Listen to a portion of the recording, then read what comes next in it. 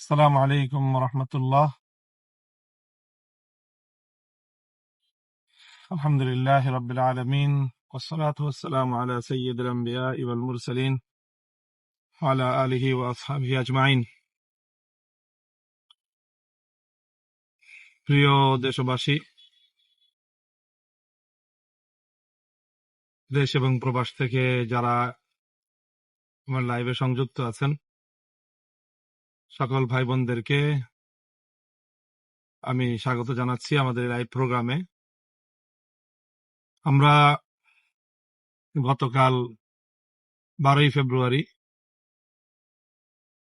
বাংলাদেশের ইতিহাসে খুব গুরুত্বপূর্ণ একটি দিবস আমরা পালন করেছি। বাংলাদেশের ত্রয়োদশ জাতীয় সংসদ নির্বাচন হয়ে গেল গতকালকে।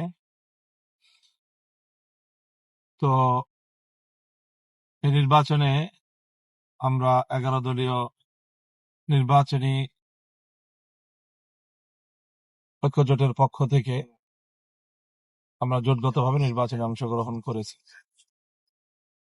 বাংলাদেশ খেলাফত মজলিসের পক্ষ থেকে 11 দলীয় জোট সমর্থিত 26 জন প্রার্থী এই নির্বাচনে অংশগ্রহণ করেছি আমরা। আলহামদুলিল্লাহ, দেশের জনগণ, ভোটারগণ আমাদেরকে আমাদের প্রত্যাশার মোতাবেক অনেকেই, প্রায় সকলকেই আমাদেরকে ব্যাপকভাবে গ্রহণ করেছেন এবং বিপুলভাবে আমাদেরকে সমর্থন ব্যক্ত করেছেন, ভোটাধিকার প্রয়োগ করেছেন।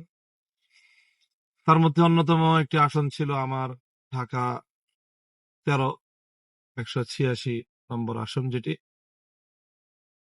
এই আসনটি আপনাদের অনেকেরই, যারা দেশ, জাতি এবং ইসলামকে ভালোবাসেন, আপনাদের অনেকেরই একটা আগ্রহের বিষয়ে পরিণত হয়েছিল। সারাদিন আপনারা সকলে এটা নিয়ে খুব উদ্বেগ এবং উৎকণ্ঠার মধ্যে ছিলেন, এবং সকল উদ্বেগ উৎকণ্ঠার পর অনেক নাটকীয়তার শেষ পর্যন্ত রাত গভীরে আমাদেরকে এই আসনে পরাজিত ঘোষণা করা হয়। আমরা বর্তমান এই রাজনীতিতে এই নির্বাচনকে কেন্দ্র করে আমরা একটা নীতিগত অবস্থান গ্রহণ করেছি। সেটা হলো বাংলাদেশের যে চলে আসা রাজনৈতিক একটি নেতিবাচক ধারা, নির্বাচনে হারলে সকলেই নির্বাচনের ফলাফলকে প্রত্যাখ্যান করে। আমরা গতানুগতিক সেই পথে যেতে চাইনি। নির্বাচনে পরাজয়কে আমরা স্বাভাবিকভাবেই গ্রহণ করা, সম্পূর্ণ ইতিবাচক মানসিকতা নিয়েই আমরা নির্বাচনকে ফেস করেছি, এবং আমাদের প্রাথমিক প্রতিক্রিয়া এবং আমাদের পক্ষ থেকে সেই ধরনের বক্তব্য মিডিয়াতেও এসেছে। সময় যত গড়াচ্ছে, আমাদের কাছে এই নির্বাচনের ভয়াবহ কিছু চিত্র উঠে আসছে, যার কারণে আমরা দেশের স্বার্থে এবং দেশের নির্বাচনী গণতান্ত্রিক পরিবেশকে রক্ষা করার স্বার্থে, দেশের মানুষ যে ভোটাধিকার প্রয়োগ করার জন্য দীর্ঘ প্রতীক্ষায় ছিল, মানুষের যে আবেগ এবং উচ্ছ্বাস, তাদের মতামতের ভিত্তিতে তাদের জনপ্রতিনিধি নিযুক্ত হবে, সেই আবেগের প্রতি যে চরমভাবে যে বৃদ্ধাঙ্গুলি প্রদর্শন করা হলো, জনগণকে নিয়ে যে তামাশাটা করা হলো অনেক জায়গাতেই, আমরা সেটার বিষয়ে কিছু তথ্য এবং কিছু বক্তব্য না তুলে ধরে আর পারছি না। আপনারা সকলেই গণমাধ্যম সূত্রে ইতিমধ্যে জেনেছেন যে গত রাত্রেই আমি এই বিষয়টি নিয়ে, বিশেষ করে আমার ঢাকা 13 আসনের সুনির্দিষ্ট সমস্যাগুলোর অভিযোগ নিয়ে আমি নির্বাচন কমিশনে গিয়েছিলাম। রিটার্নিং কর্মকর্তার সাথে কথা বলেছি। রিটার্নিং কর্মকর্তা আমাকে নির্বাচন যেই কমিশন, নির্বাচন কমিশনের সিনিয়র সচিবের সাথে কথা বলতে বলেন। আমি তার রেফারেন্সে নির্বাচন কমিশন সচিবের সাথে কথা বলি, কিন্তু নির্বাচন কমিশন সচিব এই ব্যাপারে তার কোনো এখতিয়ার নাই মর্মে ব্যক্ত করেন। কাজেই এখন তার কথা দাঁড়ায় যে দায় দায়িত্ব কেউই নিচ্ছে না, নির্বাচন কমিশনও নিচ্ছে না এবং রিটার্নিং কর্মকর্তাও নিচ্ছে না। তো প্রশ্ন হলো, তাহলে আমাদের জনগণের ভোটাধিকারের কি হবে? মানুষের ভোটাধিকার নিয়ে যে এত আন্দোলন, এত সংগ্রাম, এত লড়াই, এত যুদ্ধ, তো তার কি হলো, তার কি হবে? এই বিষয়গুলি আজ তীব্রভাবে প্রশ্ন হিসাবে দাঁড়িয়ে গিয়েছে। কাজেই এই বিষয়টি আমরা যতটা সহজেই এটাকে আমরা উপেক্ষা করতে চেয়েছিলাম, পরিস্থিতির বাস্তবতা আমাদেরকে সেভাবে উপেক্ষা করতে দিচ্ছে না।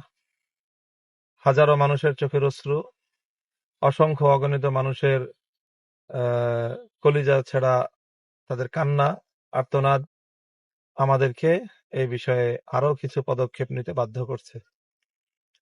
তো ইনশাল্লাহ আমরা সেই বিষয়গুলি নিয়ে কাজ করছি।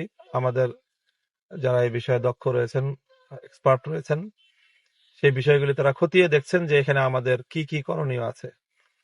আমরা যেটা গতকালকে অভিযোগ দায়ের করেছি এবং পরিষ্কার বলেছি যে এক দেশে একই শহরে দুই আইন, এটা কোনোভাবেই চলতে পারে না। ঢাকা ৮ আসনে এক আইন চলবে, ঢাকা ১৩ আসনে আরেক আইন চলবে। ঢাকা ৮ আসনে যেই গ্রাউন্ডে মির্জা আব্বাস সাহেবের ব্যালটগুলো বৈধ বলে, ওনার পক্ষের বলে গণ্য হবে, একই গ্রাউন্ডে ঢাকা ১৩ আসনে মামুনুল হকের ব্যালটগুলো অবৈধ, বাতিল বলে গণ্য হবে। এই ধরনের হঠকারী সিদ্ধান্ত মানতে তো আমরা কোনোভাবেই প্রস্তুত না, এবং এটা সম্ভব নয় আমাদের পক্ষে মেনে নেওয়া। এই বিষয়ে সুনির্দিষ্ট অভিযোগ দায়ের করার পরেও রিটার্নিং কর্মকর্তা এবং নির্বাচন কমিশন সচিব মহোদয় তারা পরস্পরের দিকে তারা পরিস্থিতি ঠেলে দিচ্ছেন, দায় দায়িত্ব কেউ নিচ্ছেন না। কিন্তু এর মধ্য দিয়েই আবার রিটার্নিং কর্মকর্তা আমার আসনে প্রার্থীকে বেসরকারিভাবে বিজয়ীও ঘোষণা করছেন।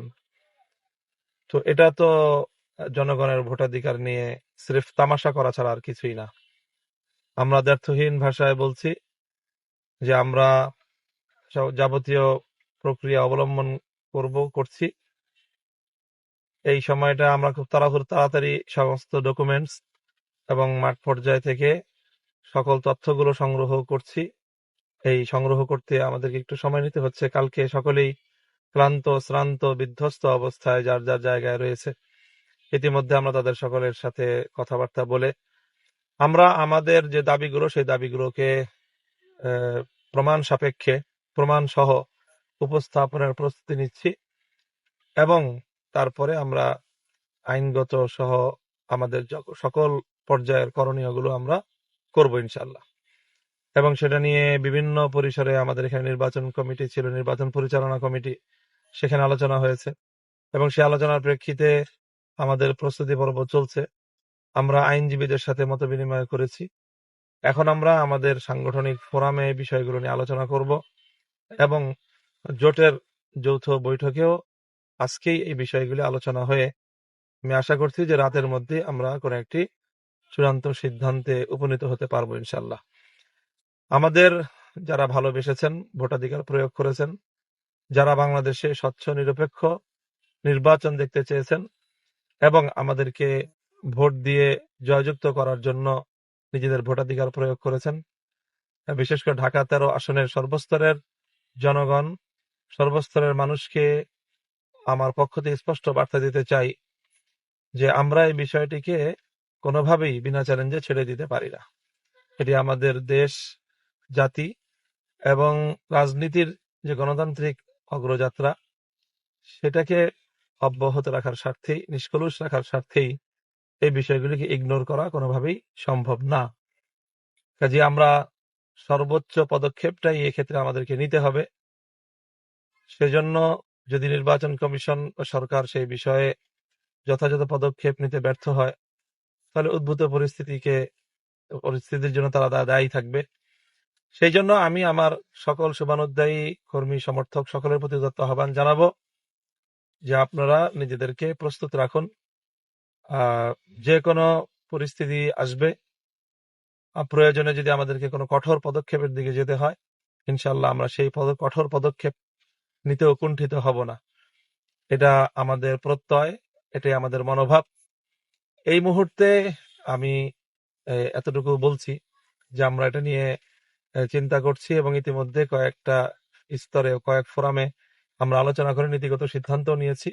এখন অবশিষ্ট ফোরামগুলিতে আলোচনা করে সকলের মতামত এবং সকলের বক্তব্য নিয়েই আমরা চূড়ান্ত আমাদের কর্মসূচি অথবা চূড়ান্ত পদক্ষেপের দিকে আমরা অগ্রসর হব এবং সেটা ইনশাল্লাহ আজকালের মধ্যেই। তো আপনারা বিষয়গুলিকে নিজেদের আলোচনার মধ্যে রাখুন।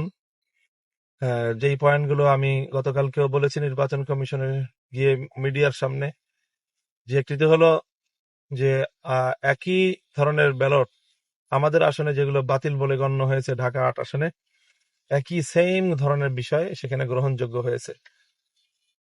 তো এই ধরনের দ্বৈত নীতি কোনোভাবেই আমরা মানতে পারি না। এরকম বৈষম্যমূলক ব্যবস্থা মির্জা আব্বাস সাহেব যেই কারণে ওনার ভোট গণ্য হবে, মামুনুল হকের ভোট সেই কারণে গণ্য হবে না কেন, এর জবাবদিহিতা নির্বাচন কমিশন এবং রিটার্নিং কর্মকর্তাদেরকে জাতির সামনে করতেই হবে এবং সেই জবাব আমরা নিয়েই ছাড়বো ইনশাল্লাহ।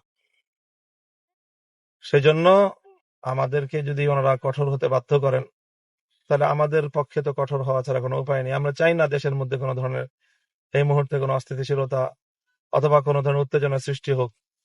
এজন্য আমরা গতকালকে তাৎক্ষণিক বলেছি, আজও বলছি, এবং আমরা লিখিত সকল প্রমাণাদি সহ তাদের কাছে বিষয়গুলো সাবমিট করব।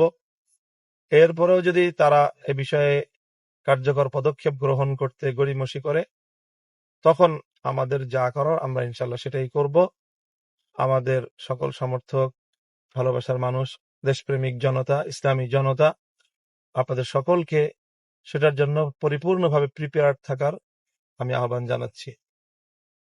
আজকে বক্তব্য এ পর্যন্ত। আমি আবার পরবর্তী যে আমাদের সিদ্ধান্তটা কি নিলাম, কি ধরনের কর্মসূচি বা কি ধরনের উদ্যোগের চিন্তা করব, সেটা আমি আপনাদের সকলকে জানিয়ে দিব ইনশাল্লাহ। আমি আপনাদের সকলের আন্তরিক শুকরিয়া জ্ঞাপন করছি যে আপনারা যে অভূতপূর্ব সাড়া দিয়েছেন, ভালোবাসা দিয়েছেন।